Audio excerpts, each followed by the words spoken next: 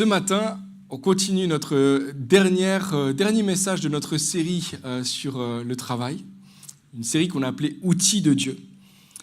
Et je voulais commencer avec cette idée-là, ou cette pensée-là, que le travail est probablement l'activité qui a la plus grande partie de notre temps, de notre énergie, de nos ressources, parfois aussi de nos rêves, de notre attention, etc. Une grande partie de tout ce qu'on est, notre engagement dépend. Est-ce que je change de micro ? Oui.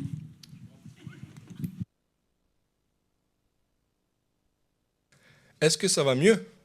Ah, merci beaucoup.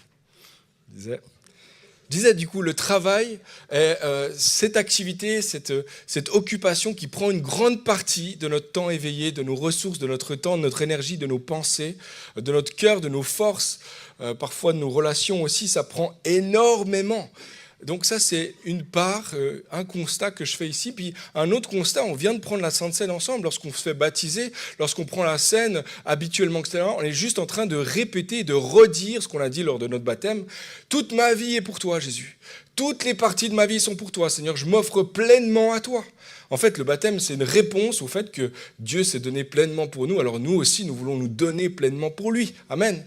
Et lorsqu'on fait la Sainte Seine, en fait, on se rappelle qu'on s'est offert à Dieu. Et on s'offre à nouveau à Dieu. On se rappelle qu'il s'est offert à nous, mais on se rappelle qu'on s'offre aussi à lui. En fait, on est en train de dire, tu es le Seigneur de toutes les parties de ma vie.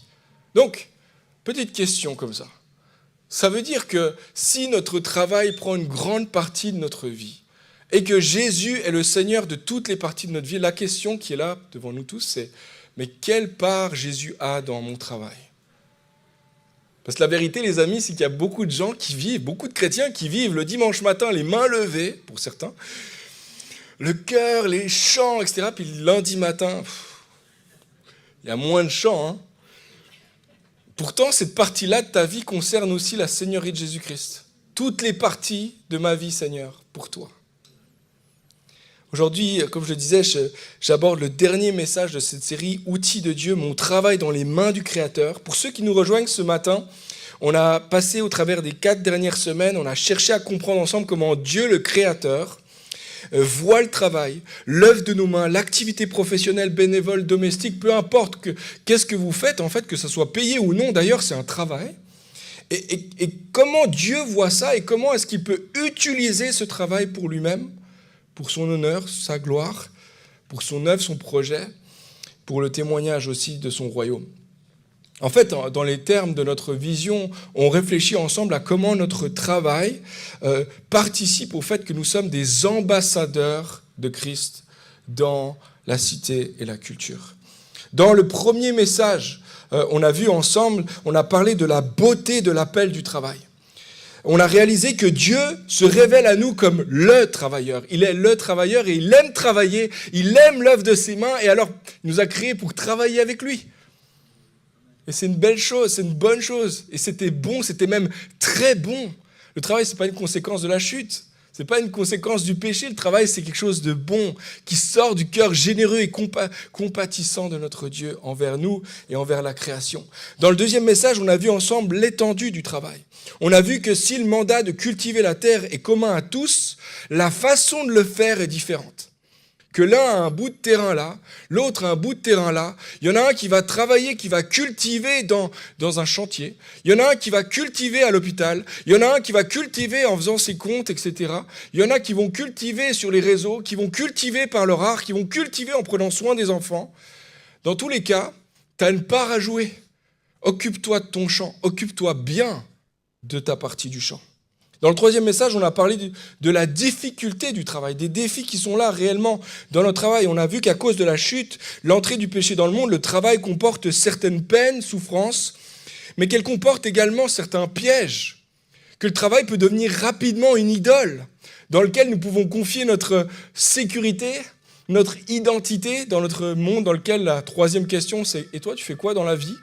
La vérité, c'est que souvent, on peut se confier, ça devient une sécurité de notre identité, ça devient une sécurité matérielle aussi. Et il y a un danger à ça. Donc, il y a des peines dans le travail, puis il y a des pièges dans le travail, à cause des ronces dont il est question dans Genèse 3. La semaine dernière, on a parlé ensemble de l'éthique chrétienne du travail et on a vu comment le Seigneur nous appelle à travailler différemment, à travailler avec des valeurs chrétiennes, avec des valeurs qui sont nées dans le cœur de Dieu, les valeurs de la générosité, de l'intégrité, de la fidélité, de l'excellence, de l'honneur, l'amour, la justice, etc., etc. Des valeurs qui sont dans son cœur et qu'il veut qu'on révèle ou qu'on incarne dans la façon dont on fait notre travail. Ce matin, j'aimerais parler avec vous, c'est notre dernier message, de la finalité de notre travail. La finalité de notre travail, on va regarder à ce que ça représente notre travail à la lumière de la fin, à la lumière de l'éternité. Parce que si on est honnête, pourquoi travailler ici et maintenant si tous nos efforts et tout notre travail n'auront aucune importance dans l'éternité? Pourquoi? Pourquoi travailler si demain tout disparaît? Si tout est renouvelé, puis finalement je ne travaille plus. Pourquoi travailler d'ici là? Je ne sais pas si vous est déjà arrivé de travailler pendant des semaines, des mois, peut-être même des années, et vous savez à un moment donné que pertinemment la chose ne se passera pas. Vous allez travailler, puis la chose n'arrivera pas. Je me rappelle, il y a quelques années en arrière, j'étais architecte dans un bureau, et puis je travaillais notamment pour une femme qui avait un projet très précis dans sa tête. Mais on ne savait pas, c'était difficile de savoir exactement qu'est-ce qu'elle voulait.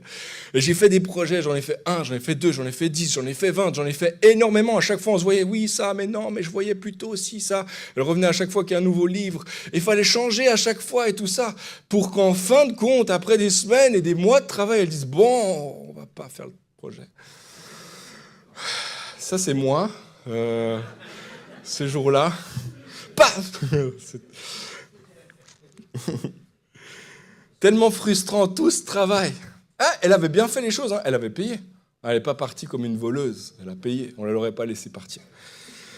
Elle a payé, on était contents de nos projets, ils étaient bien, ils sont toujours bien, ils sont là dans un tiroir quelque part, je ne les ai même plus, mais quelque part, il y a un projet magnifique, etc. Il a payé nos salaires, c'était beau, on était fiers, etc. Mais moi, je ne pouvais pas m'empêcher de me dire, mais tout ce travail pour ça, toutes ces heures, toute cette réflexion, on s'est pris la tête, puis tout ça est mis à la poubelle. Tout ça pour rien. Ça nous est tous arrivé un jour ou l'autre de travailler dur, travailler très dur et de finalement se retrouver face à tout à la poubelle. Tout ça pour rien. Ça t'est peut-être déjà arrivé de travailler et puis d'établir dans un foyer, une entreprise, une relation, une association, dans un job, un rêve peut-être, et paf, d'un coup, il y a un imprévu et la chose tombe complètement à l'eau. Peut-être quelqu'un s'est donné à fond pour un dossier au travail, t'as bossé, puis d'un coup, paf, le patron change d'idée, change d'avis, et on change de projet. Ou alors quelqu'un qui a passé des heures et des heures à réparer quelque chose, quelqu'un t'a demandé de réparer, puis finalement, la personne qui t'a demandé de réparer a acheté en parallèle la chose neuve. Du coup, ce que tu as réparé, c'est cool, mais on ne va pas l'utiliser.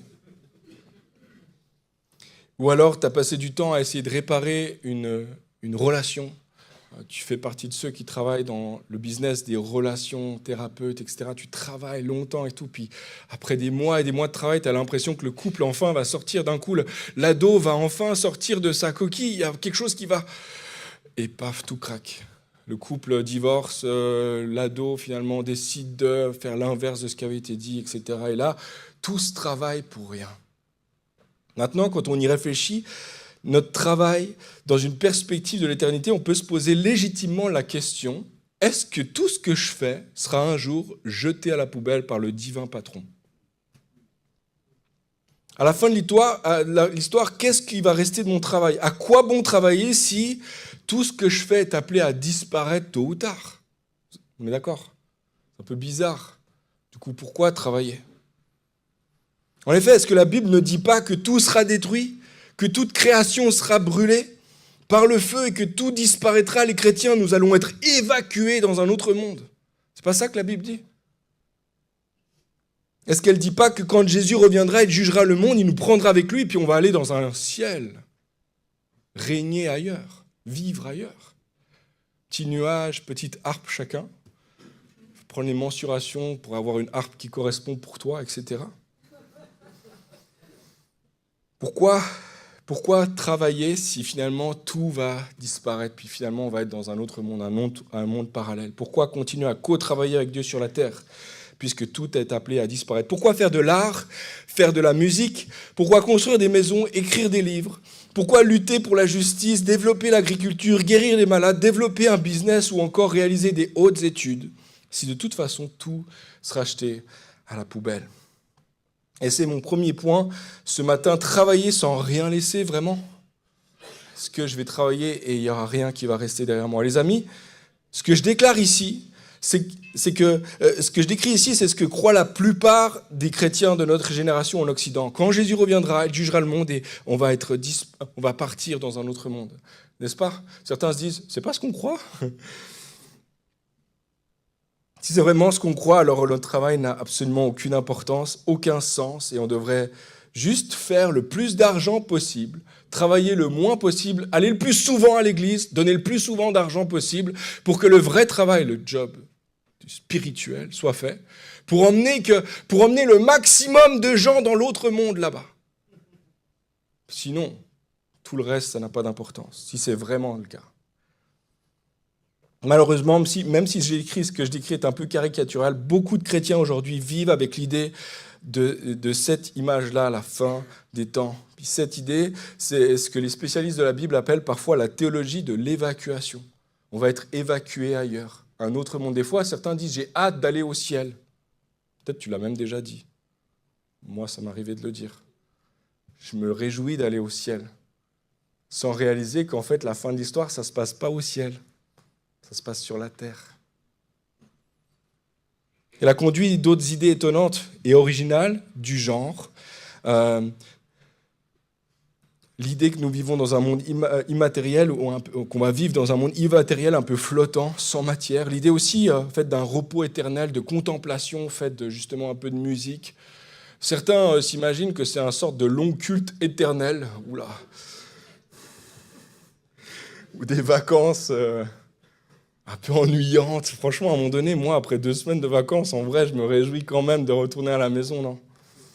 C'est long, l'éternité, à faire des vacances. Ouais.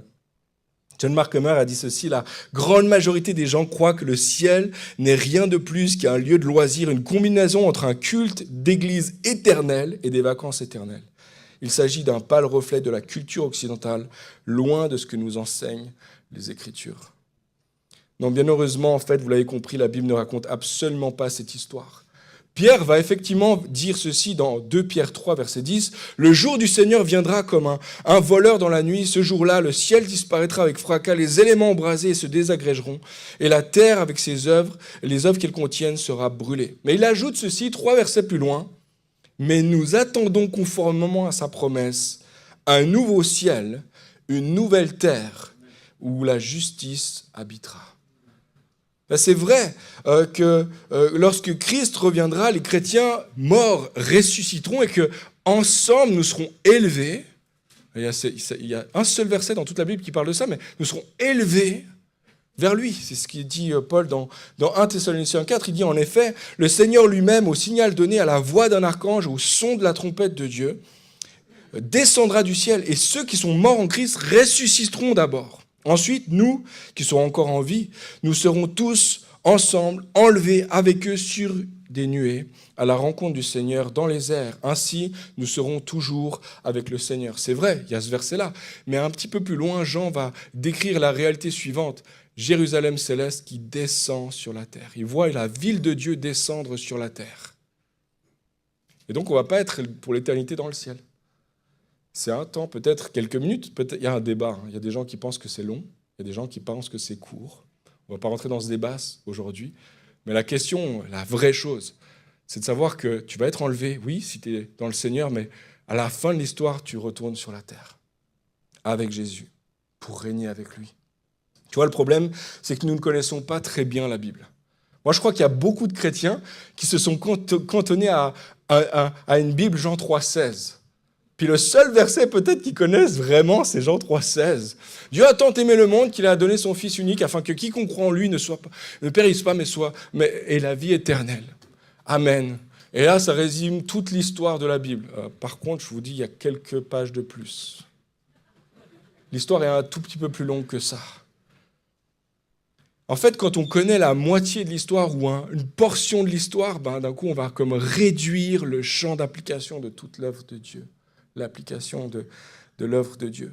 Mike Metzger a dit ceci: pendant 2000 ans, l'Évangile a été raconté en 4 chapitres, la création, la chute, la rédemption et ensuite le rétablissement final. Cet Évangile trouve son origine dans le premier chapitre de la Genèse et son espérance dans le dernier chapitre de l'Apocalypse.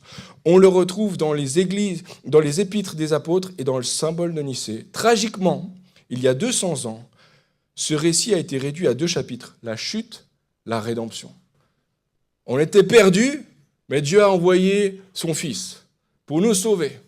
Et on s'arrête à ça, oubliant qu'en fait, on a été créé, qu'il y a toute une création, il y a toute une dimension de la création. Il y a un avant la chute et il y a un après la résurrection de Jésus-Christ, la résurrection des chrétiens aussi, qui a une espérance finale, qui prend racine dans toutes les parties de la Bible. C'est pour ça, les amis, tu ne peux pas te contenter d'écouter la prédication le dimanche matin. Tu es obligé de te nourrir un tout petit peu de ça. Tu ne peux pas te contenter de la nourriture pré-mâchée. Tu dois toi-même aller manger. Tu dois toi-même aller te renseigner. Tu dois toi-même maintenant connaître l'histoire de Dieu. L'histoire commence avec un « au commencement » et elle termine avec « ils régneront pour l'éternité ensemble ». C'est une histoire.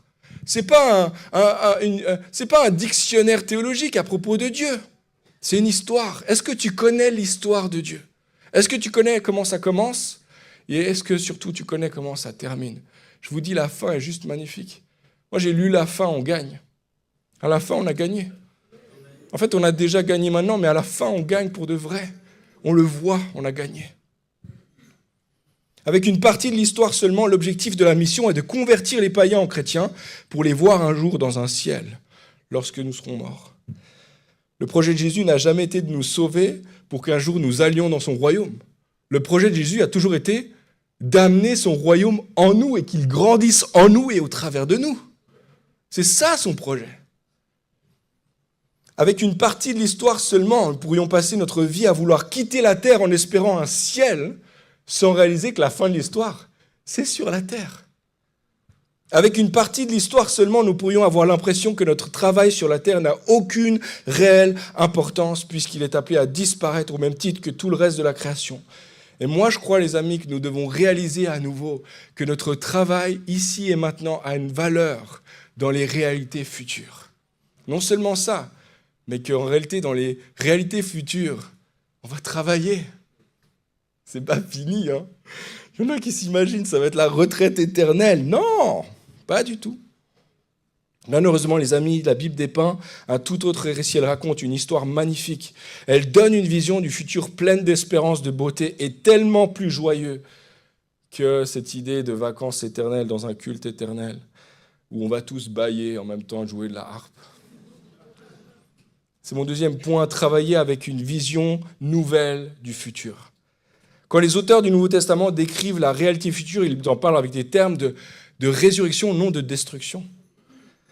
Ils parlent d'une terre renouvelée, d'une recréation, d'une restauration de la création, d'un nouveau ciel, d'une nouvelle terre. Jésus va parler du renouvellement de toutes choses. Paul va parler de nouvelle création, il va parler de la réunion de Christ, la réunion en Christ du ciel et de la terre. Pierre parle de la restauration de la création. Jean va parler d'un nouveau ciel et d'une nouvelle terre. Écoutez comment il décrit la vision finale dans Apocalypse 21, versets 1 et suivant. « Puis je vis un nouveau ciel et une nouvelle terre, car le premier ciel et la première terre avaient disparu et la mer n'existait plus. Je vis descendre du ciel d'auprès de Dieu la ville sainte, la nouvelle Jérusalem, préparée comme une mariée qui s'est faite belle pour son époux. J'entendis une voix forte venant du ciel qui disait... Voici le tabernacle de Dieu parmi les hommes. Il habitera avec eux. Ils seront son peuple et Dieu lui-même sera avec eux. Il sera leur Dieu. Verset 4. Il essuiera toutes les larmes de leurs yeux. La mort ne sera plus. Il n'y a plus ni deuil, ni cri, ni douleur, car ce qui existait auparavant, existait avant, a disparu. Celui qui est assis sur le trône dit, voici, je fais toutes choses nouvelles. Amen. C'est merveilleux. Plusieurs choses à saisir ici, il y aurait tellement à dire, mais 2 choses que j'aimerais que vous puissiez saisir ce matin. Quand Jean parle d'un nouveau ciel, il ne parle pas d'un autre endroit. En fait, il utilise exactement le même vocabulaire que celui qui a écrit Genèse 1. Dieu, verset 1, Dieu créa le ciel et la terre. Dieu créa le ciel et la terre. Et la fin, Apocalypse 21 dit, et Dieu recrée le ciel et la terre. Il dit, c'est ici que ça se passe, c'est là. Ça fait directement référence à ça. Ce que Jean voit dans la vision, c'est dans le futur, Dieu va créer le ciel et la terre à nouveau. Mais la deuxième chose qu'il dit, c'est qu'il dit, ce sera nouveau. Et le mot grec ici, c'est le mot kainos, qui peut être traduit par renouveler, renouveau, restauration. Un petit peu comme lorsqu'on rénove un appartement, une maison, et qu'on dit, en fait, c'est comme neuf. Il est tellement bien restauré, tellement bien renouvelé, qu'il est comme neuf. C'est exactement cette pensée-là. Dieu recrée le monde et il le fait comme neuf.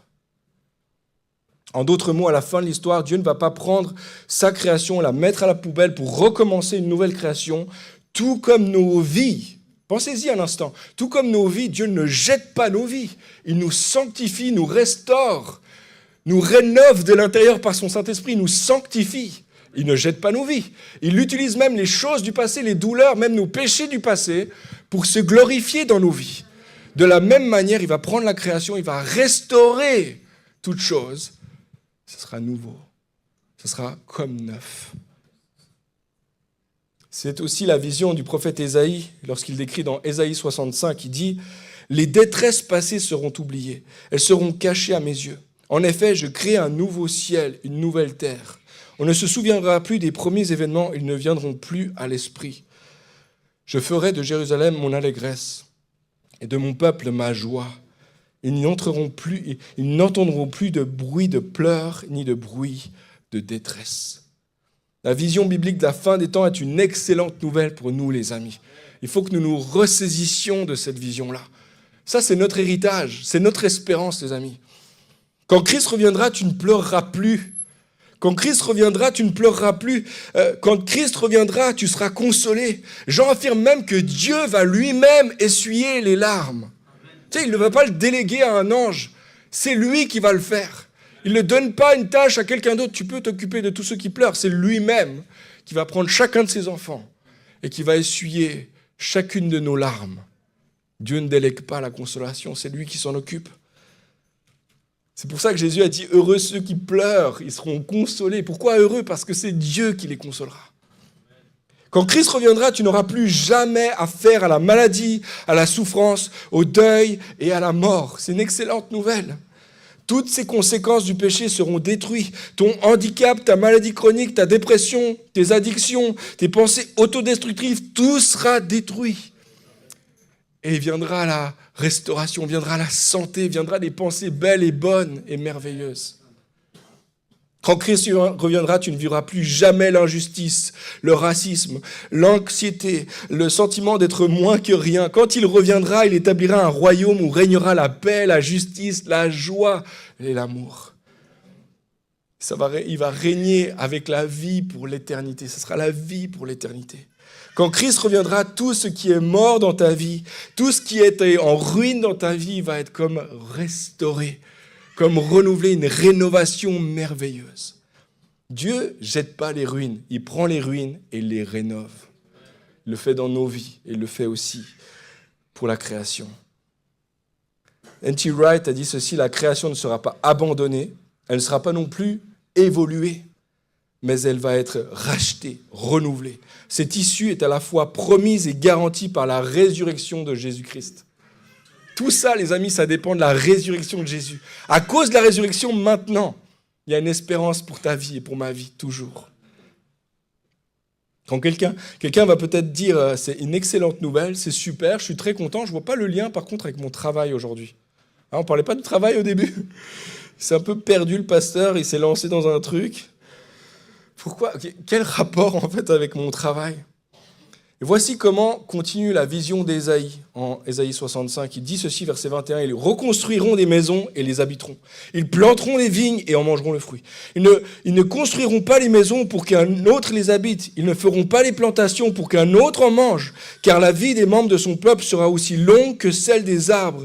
Et ceux que j'ai choisis jouiront du fruit de leur travail. Ils ne se fatigueront pas pour rien. Ils n'auront pas des enfants qui soient comme pour eux une source d'inquiétude. En effet, ils formeront une lignée de personnes bénies de l'Éternel, et leur progéniture sera avec eux. » En d'autres termes, lorsque Dieu renouvelle toute la création, il n'abolit pas le travail.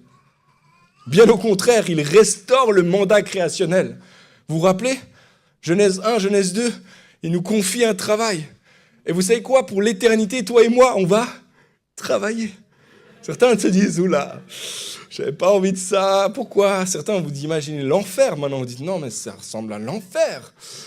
Mais non, parce qu'en fait, c'est un travail qui est complètement restauré, qui va tellement mieux, il n'y a plus de ronces, il n'y a plus d'épines, il n'y a plus de peine, il n'y a plus de pièges, tu travailles et il y a un fruit qui en sort, tu plantes une graine, il y en a 100, il y en a 1000 qui sortent. Ça marche, ça fonctionne. Il n'y a plus de frustration, il n'y a plus de peine. Lorsque tu travailles, il y a un fruit qui en sort et tu en jouis. C'est ce que dit la parole. C'est ce que dit aussi, et Jean le dit d'une autre façon, dans Apocalypse 22, versets 4 et 5, c'est vraiment les derniers versets de l'Apocalypse, il va dire « Ils verront son visage et son nom sera sur leur front. Il n'y aura plus de nuit, ils n'auront besoin ni de lumière d'une lampe, ni de celle du soleil, parce que le Seigneur les éclairera. » Regardez ceci. « Ils régneront au siècle des siècles. » Ça vous rappelle quelque chose ? L'idée de régner ? C'est exactement la raison pour laquelle Dieu nous a créés. Il nous a placés sur la terre pour régner avec lui, pour représenter son règne sur la terre comme lui, il règne au ciel. Et maintenant, il dit, maintenant, ils vont régner ensemble sur la terre. Ensemble. Dans Genèse, régner, c'est travailler. Lorsque Dieu dit à Adam, tu vas régner, il lui donne une fourche. Il lui donne et il lui dit, tu vas bosser. C'est de cette manière-là que tu vas m'honorer. C'est de cette manière-là que tu vas présenter mon image au monde. Vous savez quoi ? Pour l'éternité, toi et moi, on va travailler. Travailler pour lui, pour sa gloire. Ça va être merveilleux. À la fin de l'histoire, les amis, Dieu ne remplace pas sa création toute restaurée et toute renouvelée. Il nous redonne l'autorité sur la terre pour régner avec lui, pour être les porteurs de son image et travailler selon son plan originel. John Mark Comer a dit ceci, « L'histoire ne s'achève pas par notre départ pour le ciel, mais plutôt par l'invasion de la terre par le ciel. Nous voyons Jésus et ses disciples qui sont morts revenir du ciel pour régner sur la terre. À la fin des temps, lorsque Dieu vient tout restaurer, nous régnons en travaillant à ses côtés. » Petite question pour nous, peut-être que quelqu'un se dit, mais moi je sais pas vraiment une très bonne nouvelle, mais en fait c'est une excellente nouvelle parce que ça va rien ressembler à ton expérience de travail aujourd'hui. Ça va être une expérience merveilleuse. Il n'y aura plus de pièges, il n'y aura plus de ronces, plus d'épines, plus de pièges, plus de peine. Imagine, tu travailles et à chaque fois que tu travailles, c'est bingo, ça marche, ça fonctionne. Imagine que tu travailles pour le meilleur patron de l'univers. C'est qui te valorise, qui t'honore, qui te donne le salaire que tu dois avoir. Imagine que tu travailles et que les conditions salariales sont magnifiques. Tu vis dans la plus belle maison avec la plus belle propriété qui surplombe Genève, etc. Moi, ça sera ma maison. Vous serez peut-être ailleurs, moi je serai à Genève. Imagine, tu travailles et tout est productif, tout marche. Tu plantes quelque chose, ça pousse, ça marche. C'est épanouissant, c'est valorisant. Moi, je ne sais pas pour vous, mais moi je signe tout de suite le contrat. N.T. Wright a dit ceci, « Loin de l'image traditionnelle de joueurs de harpe assis sur les nuages, les rachetés du peuple de Dieu dans le monde nouveau seront des vecteurs de son amour répandus d'une manière inédite pour réaliser de nouvelles tâches créatives, pour célébrer et propager la gloire de son amour. » Quelqu'un va peut-être dire en ce moment, « Très bien, pasteur, c'est génial, mais ça c'est l'avenir. » Quel lien avec mon travail aujourd'hui ? Qu'est-ce que ça change pour moi lorsque je serai lundi sur le chantier ? Qu'est-ce que ça change pour moi lorsque jeudi, je serai en réunion d'équipe et c'est franchement pas drôle ? Qu'est-ce que ça change pour moi lorsque je vais faire mes soins à l'hôpital le mercredi matin? Qu'est-ce que ça change dans mon travail aujourd'hui? Parce que tu vois, le retour de Jésus, ça peut arriver demain, mais ça peut arriver dans 100 ans. Alors d'ici là, on fait quoi? Dans l'éternité, tu vas travailler, ton travail va être une source de joie pour toi, ton travail va compter. Mais j'ai encore mieux, j'ai une meilleure nouvelle encore, toi et moi, nous pouvons travailler ici et maintenant pour le futur. Travailler, c'est mon troisième point, travailler ici et maintenant pour contribuer au futur. Paul, dans sa lettre aux Corinthiens, il termine avec un chapitre magistral, 1 Corinthiens 15, il faut que tu le lises d'une traite. Lis-le d'une traite, ça parle tout de la résurrection. Résurrection de Jésus-Christ, résurrection individuelle, mais résurrection aussi de la création, etc. Et il termine en disant ceci, verset 58, « Ainsi, mes frères et sœurs bien-aimés, soyez fermes, inébranlables, travaillez de mieux en mieux à l'œuvre du Seigneur, sachant que votre travail n'est pas sans résultat dans le Seigneur. » En d'autres traductions vont dire, « Votre travail n'est pas vain, il n'est pas inutile lorsqu'il est fait dans le Seigneur. » Non seulement tu vas travailler dans le royaume éternel de Dieu, mais la Bible affirme que ton travail aujourd'hui n'est pas sans résultat, qu'il n'est pas vain, qu'il a du sens, qu'il a une valeur, qu'il a une utilité. Laisse-moi te dire que si tu mets ton travail, ton activité créative, ton engagement bénévole, tes études ou tes tâches ménagères dans les mains du Dieu créateur, Dieu peut utiliser ton travail ici et maintenant pour bâtir, pour contribuer à quelque chose de grand. À l'avenir également. Voici 3 manières ici et maintenant de travailler qui peuvent contribuer au royaume futur. Premièrement, fais ton travail comme un acte d'adoration. Si tu travailles aujourd'hui et maintenant et que c'est une louange pour Dieu, tu es en train de contribuer à la gloire future de Dieu, à l'honneur, à la louange éternelle de Dieu. Il y a 2 manières de faire son travail, les amis. Tu peux travailler parce que tu dois travailler. Tu peux travailler parce qu'il faut quand même mettre du pain sur la table. Tu peux travailler parce que tout le monde le fait. Tu peux travailler parce qu'il faut payer tes factures, etc. Tu peux travailler parce qu'on te force à travailler. La société, elle est construite comme ça, puis je suis obligé de travailler. Mais tu peux travailler avec une autre manière de penser. Je travaille pour Dieu. Je travaille pour l'honorer. Je travaille comme un acte de louange. Vous savez, la louange, ça n'a rien à voir. Ce n'est pas seulement des chants qui sortent de notre bouche. C'est des actes qui s'alignent avec nos cœurs pour l'adorer. Si tu fais ton travail comme une louange, laisse-moi te dire, tu es en train de construire quelque chose pour l'honneur de Dieu. Il y a une vision dans Apocalypse qui m'a toujours étonné, toujours interpellé. C'est ce moment où les 24 vieillards viennent devant Jésus, devant l'agneau, et ils plient le genou devant lui et ils jettent leur couronne. Ils jettent leur couronne. Leur couronne, c'est leur réussite. Leur couronne, c'est leurs accomplissements. Leur couronne, c'est leur royaume, c'est ce qu'ils ont bâti tout au long de leur vie. Évidemment, il y a plein de choses à dire sur ce passage-là, mais un des éléments, c'est qu'ils prennent ce qu'ils ont construit, ce qu'ils ont travaillé pour pendant tellement longtemps, et maintenant ils le jettent devant le trône de Jésus-Christ. Ton travail, tes œuvres, tes accomplissements peuvent constituer un trésor, peuvent constituer une couronne que tu vas jeter aux pieds de Jésus-Christ lorsque tu le verras face à face. Dans Apocalypse 21, versets 24 et 26, Jean a écrit ceci, « Les rois de la terre viendront et lui apporteront leur gloire. » Une fois de plus, dans la façon de parler de la Bible, les rois et les reines, ce n'est pas seulement ceux qui réellement ont une couronne sur la tête. Les rois et les reines, c'est les hommes et les femmes qui vivent sur la terre, qui règnent avec Christ sur la terre. Les rois et les reines, toi et moi, nous apporterons nos couronnes. Nous apporterons nos gloires, nous apporterons nos réussites à Jésus-Christ pour l'honorer. Pas pour être sauvés, ce n'est pas ça qui nous sauve. Pas du tout. Mais on va les apporter comme une réponse à son amour, comme une louange pour lui. Verset 26, on y apportera tout ce qui fait la gloire et l'honneur des peuples. Il y a quelques années, avec plusieurs étudiants, j'étais allé visiter Barcelone. On était allé notamment à la Sagrada Familia. Peut-être certains, vous avez eu l'occasion d'aller. C'est un chantier immense qui dure bientôt depuis un siècle. Je ne sais pas comment le gars a pensé à un truc immensissime comme ça. Enfin, c'est un fou. Nous, on était tous des étudiants en architecture. On se disait, un jour, je ferai ça. Ouais, pas du tout. Mais en fait, on était là et c'est grandiose, mais en même temps, tu as des ouvriers à côté qui font le job. Il y a des gens qui sont littéralement en train, en ce moment même, de construire de construire l'église.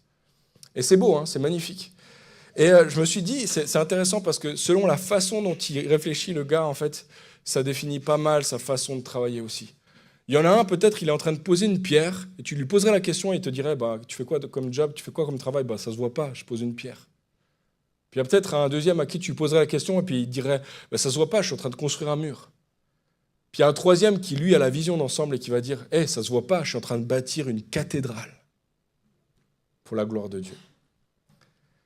Et les amis, on peut avoir une vision très différente sur notre travail.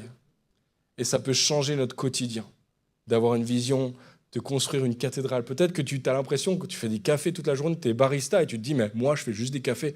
Tu n'es pas en train de faire des cafés, tu es en train de constituer une couronne de gloire que tu vas jeter aux pieds de Jésus-Christ. Ta perspective est importante. Deuxièmement, vois ton travail comme un lieu pour apprendre à régner. Apprendre à régner. Je ne sais pas pour toi, mais la majorité des chrétiens croient que lorsque Christ reviendra, il régnera. C'est vrai, mais ce n'est pas complet. La Bible termine en disant « ils régneront avec lui ». C'est-à-dire que toi et moi, on va régner. Christ va régner, mais on va régner avec lui. Et régner, une fois de plus, dans le langage biblique, c'est travailler.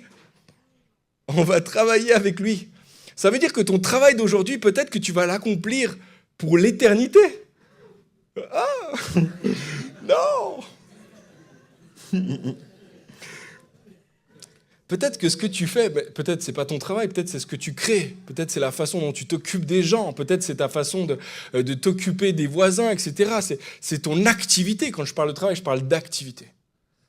Puis tu vas peut-être le faire pour toujours, pour la gloire de Jésus. Alors en fait, en ce moment, tu es juste à l'école, tu es en train d'apprendre à régner. Tu es en train d'apprendre à régner pour l'éternité. C'est ce que l'Apocalypse va dire plusieurs fois, la notion du règne. Apocalypse 1,6, il a fait de nous un peuple de rois, des prêtres au service de Dieu. Apocalypse 3, le vainqueur, je le ferai siéger avec moi sur mon trône comme moi-même. Apocalypse 5, tu as fait d'eux un peuple de rois et de prêtres pour notre Dieu, ils régneront sur la terre.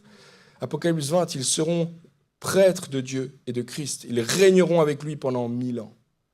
Les amis, tu vas régner. Et tu vas régner en travaillant. Moi, je me rappelle que je me suis converti, j'étais en études d'architecture. Je me destinais à devenir architecte, mais je me suis converti un peu en chemin, etc. Et après quelques mois, j'avais l'intention d'arrêter mes études et puis de me consacrer au ministère. Il y avait quelque chose en moi qui brûlait et je crois que c'est de Dieu. Je ne crois pas que tout le monde doit faire ça. Il y a quelque chose en moi qui désirait ça. Mais j'ai été très bien conseillé. Mon pasteur s'appelait Christian Bussy, vous le connaissez. Et il m'a dit, tu sais quoi, la meilleure chose que tu peux faire, c'est d'apprendre à bien travailler dans ce domaine-là. Finis tes études, travaille dans ton domaine. Puis c'est aussi un test pour voir si c'est vraiment ce que le Seigneur a mis sur ton cœur. Et c'était un super conseil que j'ai donné plusieurs fois aussi à plusieurs personnes qui voulaient s'engager fort maintenant, tout de suite, là, dans le ministère et tout.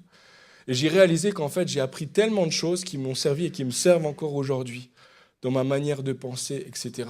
Non seulement ça, mais les amis, vous savez, sur la terre, je vais peut-être travailler 40 ans comme pasteur, 50 ans, 60 ans, je ne sais pas combien de temps le Seigneur va me donner. Mais en fait, je vais probablement pas travailler comme pasteur pour l'éternité, parce qu'il y a un divin pasteur. Franchement, je me sentirais... Enfin, je sais pas, je suis pas sûr que je serais très utile. Mais peut-être que je vais plutôt être architecte pour l'éternité. Tu vois, c'est dit que c'est bâtir des villes, construire des maisons. Qui sait? Et moi, ça me réjouit. Et les amis, ce que tu fais aujourd'hui compte, tu es en train de t'entraîner à régner. Troisièmement, je termine avec ceci, travailler comme un agent de la nouvelle création. Une des manières de travailler ici et maintenant pour le futur, c'est d'aller sur ta place de travail avec une mentalité d'ambassadeur du royaume de Dieu. Avec une mentalité d'ambassadeur du royaume de Dieu. Romains 8, Paul va dire que toute la création soupire après le renouvellement de toutes choses. Et c'est intéressant parce qu'en fait, la création a été soumise à l'inconsistance, à la vanité, à cause de la chute, etc., etc. Et les chrétiens, eux aussi, aspirent à la résurrection et tout. Mais ce qui est intéressant, c'est que Paul ne va pas dire « la création attend avec un ardent désir la restauration de toutes choses ».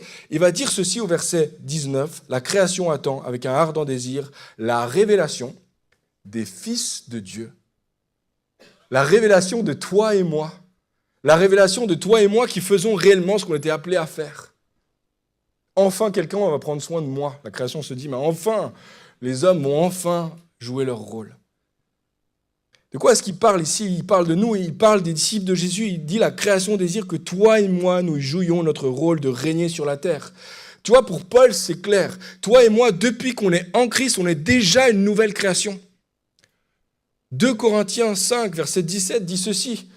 Celui qui est en Christ, si quelqu'un est uni en Christ, il appartient à une nouvelle création. Tu es déjà nouvelle création. Dans un monde qui n'est pas encore nouvelle création. Ça veut dire que toi et moi, on est comme des ambassadeurs d'une réalité future. Toi et moi, on est citoyens de la Jérusalem céleste qui va descendre, qui n'est pas encore descendue. Mais ça veut dire que tu peux vivre ici et maintenant déjà comme un ambassadeur de cette réalité-là. Ça veut dire que tu peux, là où tu es déjà, porter un parfum de l'avenir, un parfum du royaume à venir. John-Mark Comer a dit ceci, nous sommes l'avant-garde, l'avant-goût, le signe précurseur de ce qui attend le monde entier. Ainsi, nous travaillons dans le monde actuel, au cœur même du chaos, du désordre, de la souffrance et de la douleur, pour donner un aperçu du monde futur libéré du mal et de la mort. Toi et moi, nous pouvons donner cet aperçu-là par notre façon de travailler ici et maintenant. Travaillons comme si nous travaillions déjà pour Dieu. Travaillons comme si nous étions déjà dans le royaume à venir. Travaillons comme si nous étions déjà dans la nouvelle création. Parce que toi et moi, nous sommes déjà nouvelle création. À l'époque, on a commencé à utiliser le mot apôtre pour parler notamment de certains ministères, etc. Mais en fait, le mot apôtre, c'est premièrement une utilisation romaine. Les Romains l'utilisaient pour parler d'un chef de guerre qui débarquait dans une ville, qui prenait la ville, qui transformait l'atmosphère et la culture de la ville pour que lorsque l'empereur arriverait, il se sente comme à Rome. Un apôtre, c'est un envoyé, un ambassadeur qui transforme la réalité pour que lorsque l'empereur arrive, eh bien, ils se sentent déjà à la maison. Toi et moi, on est appelés à être des apôtres, apostolos, des envoyés, des ambassadeurs qui rendons déjà la réalité future présente ici et maintenant pour que lorsque Jésus-Christ reviendra, l'empereur, le véritable empereur, viendra, il se trouvera déjà presque comme à la maison. Ça, c'est ton job et mon job à moi. Je termine avec une dernière image. Je vous montre cette image. Ça se trouve en Éthiopie. Et c'est une vision un peu du ciel comme ça. Et vous voyez, c'est une région désertique. L'Éthiopie fait partie de ces pays où il y a malheureusement énormément de famine, etc. aussi. Et c'est intéressant parce que le rond que vous voyez au centre, c'est une église. Et en fait, en Éthiopie, l'église, elle est toujours ouverte à l'extérieur, etc. Et puis, il y a toutes sortes, il y a des arbres autour. Et vous voyez, il y a toute une barrière tout autour, en fait. Et partout en Éthiopie, c'était un article la semaine passée dans je ne sais plus quel journal, mais il parlait de ça. Et il disait, en fait, est-ce que les prêtres ont compris quelque chose que nous, on n'a pas encore compris? C'était un truc qui était marqué dans le journal. Et je trouvais très intéressant parce qu'en fait, c'est une image exactement de toi et moi qui, aujourd'hui, dans le désert dans lequel nous vivons, sommes appelés à amener une réalité différente dans ce monde. Eux, ils ont préservé la nature. Et d'ailleurs, dans l'article, ils disent justement, est-ce que ce ne serait pas par le moyen des églises, le moyen des ministères, des prêtres, etc., qu'on pourrait finalement endiguer le désert, etc., dans cette région? Si on plante plus d'églises, il y aura plus d'arbres. Donc presque le gouvernement commence à dire, il faudrait qu'on mette beaucoup d'églises là, qu'on rajoute des églises un peu partout et tout. Mais vous voyez l'idée? Toi et moi, eux, ils ont préservé la nature. Mais toi et moi, nous sommes appelés à préserver non seulement la nature, la culture, etc. Nous sommes appelés à être des ambassadeurs d'une réalité céleste, ici et maintenant. C'était réel dans tout le Moyen-Âge. Je ne sais pas si vous saviez, mais les monastères de tout le Moyen-Âge, c'était des lieux de préservation de culture. Si aujourd'hui, on a une grande majorité de la culture en Occident, c'est grâce aux moines qui ont préservé les livres, qui ont préservé les savoir-faire, qui ont préservé le travail, etc., etc., dans une période désertique. Tout au long de l'histoire de l'Église, les chrétiens ont été des ambassadeurs dans le monde de la nature et de la culture par leur travail. Michael Green, c'est un célèbre historien de l'Église, il a dit ceci, c'est une citation un peu longue, mais je trouve qu'elle vaut la peine d'être lue. Les 3 premiers siècles de l'ère chrétienne doivent beaucoup à l'implication profonde des chrétiens dans le tissu culturel de leur société. Le christianisme a constitué un mouvement de revitalisation né en réaction à la misère au chaos, à la peur, à la brutalité de la vie dans le monde gréco-romain urbain. Il a revitalisé la vie dans les cités gréco-romaines en proposant de nouvelles normes, de nouvelles formes de relations sociales capables de faire face à de nouveaux problèmes urgents. Aux villes peuplées de sans-abri et de miséreux, il a offert charité et espoir. Aux villes accueillant de nombreux nouveaux arrivants et étrangers, il a offert un lieu social immédiat. Aux villes peuplées d'orphelins et de veuves, il a offert un sens de la famille nouveau et élargi. Aux villes déchirées par de violents conflits ethniques, il a offert un nouveau fondement de la solidarité sociale. Aux villes confrontées aux épidémies, aux incendies, aux tremblements de terre, il a offert un soutien efficace. Vous voyez les amis, les chrétiens partout dans l'histoire, partout dans le monde, sur toute la surface de la terre, vivent comme des ambassadeurs, comme des apostolos, des apôtres d'une réalité future, ici et maintenant, dans leur travail. Les amis, le christianisme du passé n'est pas dépassé. Toi et moi, c'est notre appel maintenant. C'est notre rôle maintenant. Moi, j'étais frappé du fait que Billy Graham, vous savez, le grand évangéliste, là, on dit qu'il a prêché à plus d'1 million, il y a 1 million de personnes qui sont venues au travers de sa prédication. Il a dit ceci: l'un des prochains grands mouvements de Dieu sera par le biais des croyants sur leur lieu de travail. Je ne sais pas qui c'est d'autre qui pourrait te convaincre plus que lui. Le gars, il a prêché à des centaines, des milliers, des millions de personnes. Et il va te dire le vrai prochain job que Dieu va faire, il va le faire au travers de toi et moi, sur notre lieu de travail. Est-ce qu'il y a quelqu'un ce matin qui a envie de répondre à la parole de Dieu, qui va dire, moi je vais me lever et je vais faire une oasis dans le désert là où je me trouve? Que ce soit à l'hôpital, que ce soit à l'EMS, que ce soit dans une crèche, que ce soit sur un chantier, que ce soit dans tes bouquins, à la bibliothèque de l'université, peu importe où Dieu t'a placé, ici et maintenant, c'est ton rôle à toi d'être l'ambassadeur, de porter une réalité différente dans le monde dans lequel Dieu t'a placé. On va prendre quelques instants de prière. Maintenant, je propose peut-être qu'on peut jouer quelques notes. Je voulais quand même terminer cette série avec une pensée qui est orientée, dirigée vers Christ. Pourquoi ? Parce que tout est en Christ. En fait, ce n'est pas tes œuvres, ce n'est pas ta réussite, ça ne dépend pas de toi, puis ce n'est même pas pour toi. Toi et moi, en fait, on l'a dit plusieurs fois dans cette série, en fait, on est les acteurs secondaires d'une histoire beaucoup plus grande qui nous dépasse. Mais toi et moi, nous pouvons jouer notre rôle dans cette histoire-là. Le véritable héros, c'est Jésus. C'est lui qui a fait le job. C'est lui qui a fait le travail. C'est lui qui a déclaré « tout est accompli ». C'est lui qui a dit « ça y est ». Tu peux entrer dans les œuvres que j'ai préparées d'avance pour toi. Pourquoi ? Parce que je t'ai sauvé par mes œuvres à moi. Je t'ai amené dans mon royaume par mes œuvres à moi. Les amis, il faut qu'on réalise que depuis le début, c'est Jésus qui initie ce mouvement-là. Ce mouvement de renouveau de la création. Et la résurrection, c'est le début, c'est la première pierre du monde nouveau.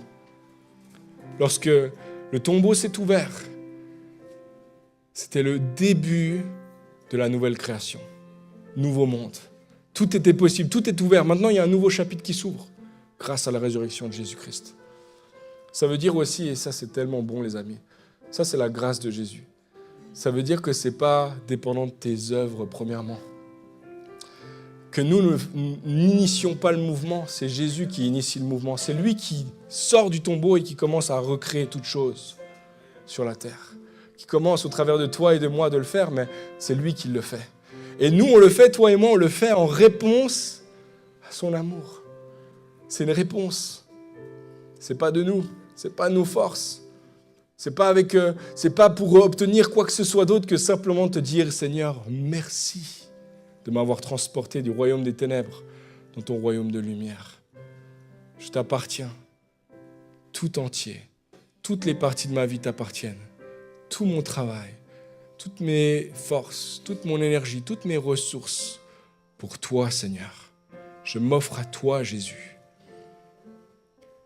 Ce matin, je vous propose simplement de répondre à ce message en vous levant là à votre place. Si vous désirez répondre à ce message, vous pouvez répondre simplement en disant « Seigneur, moi je m'offre à toi. Je me remets entre tes mains et je suis un outil dans tes mains. » On a appelé cette série « Outils de Dieu ». Lorsque mon travail est dans les mains du Créateur. Peut-être réfléchissez avant de vous lever. Ne vous levez pas à cause des autres qui se lèvent, mais si vous vous levez, vous vous mettez dans les mains de Dieu. Vous dites, je me donne à toi. Je me donne moi-même, je donne mes forces, je donne mon énergie, je donne mes pensées, je donne mes capacités, mes compétences, mon expertise, mes expériences professionnelles, mes expériences, tout ce que j'ai, Seigneur. Je me mets entre tes mains, afin d'être un outil dans tes mains, pour que ta gloire soit révélée à Genève, partout dans cette nation, partout sur ce continent, pour que ton règne vienne sur la terre comme elle est au ciel. Pour que ton règne vienne, pour que nous puissions régner ensemble. Seigneur, je veux m'offrir à toi. Et si c'est ta réponse ce matin, tu peux simplement à ta place commencer à prier. Lève ta voix à ta place, simplement tu dis, je m'offre à toi, Seigneur, je me donne à toi. Je me jette dans tes bras, Seigneur, je me donne pleinement à toi. Il n'y a rien que je retiens.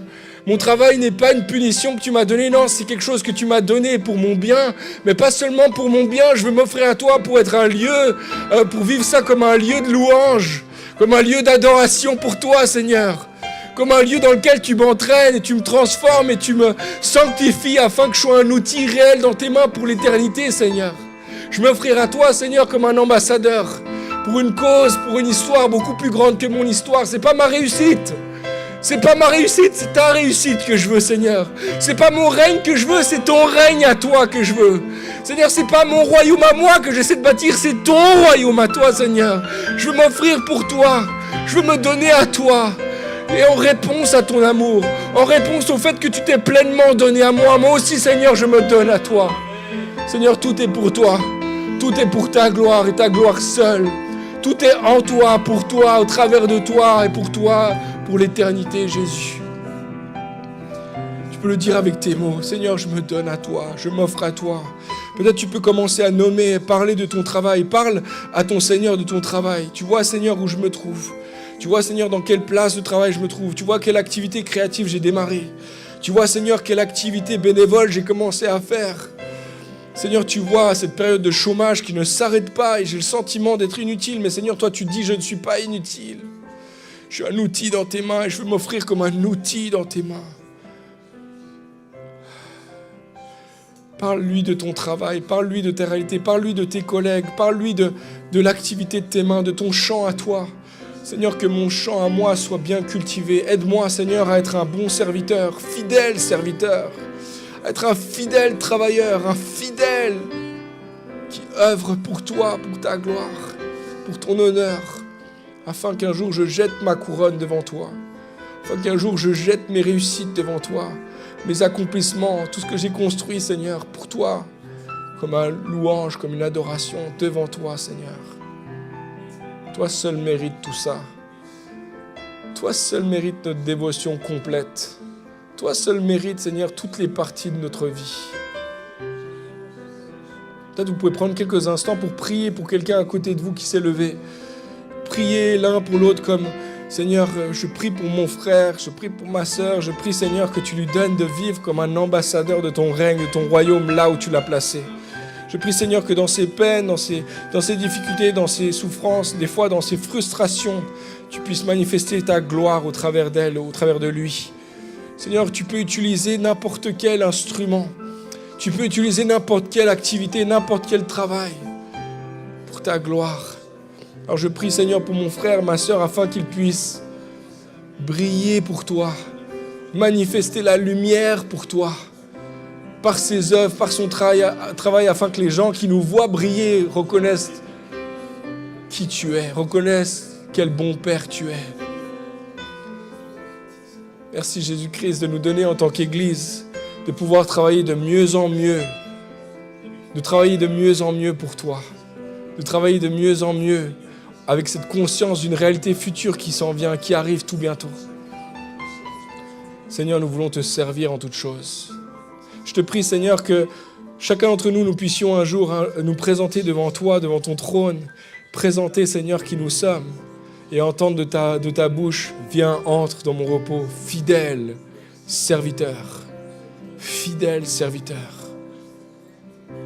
Merci Jésus-Christ pour ton œuvre dans nos vies, au travers de nos vies, pour ta gloire et ta gloire seule. Est-ce qu'on peut acclamer le Seigneur ce matin? Oh, plus fort que ça, il mérite plus que ça. Alléluia. Gloire à ton nom, Jésus.